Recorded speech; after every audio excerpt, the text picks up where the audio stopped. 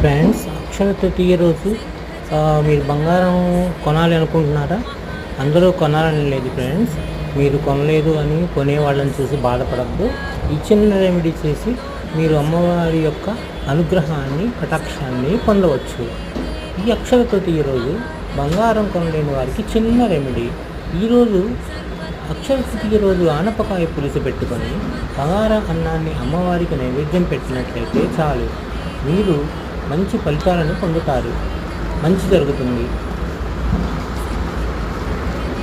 ప్రతి ఒక్కరూ అక్షయ తృతీయ రోజు ఆ బంగారం కొనాలి, వెండి కొనాలి అనేటటువంటి మూఢనమ్మకాలతో అనేక రకమైనటువంటి డబ్బుల్ని ఉన్నవాళ్ళని చూసి వీళ్ళు కూడా అప్పు తీసుకొచ్చి కొనడం జరుగుతోంది. అలాంటి వారికి ఈ చిన్న చిన్న రెమెడీలు చేసుకుంటే తగిన ఫలితాలు కూడా పొందుతారు. ఫ్రెండ్స్, వీడియో నచ్చితే లైక్ చేయండి, షేర్ చేయండి,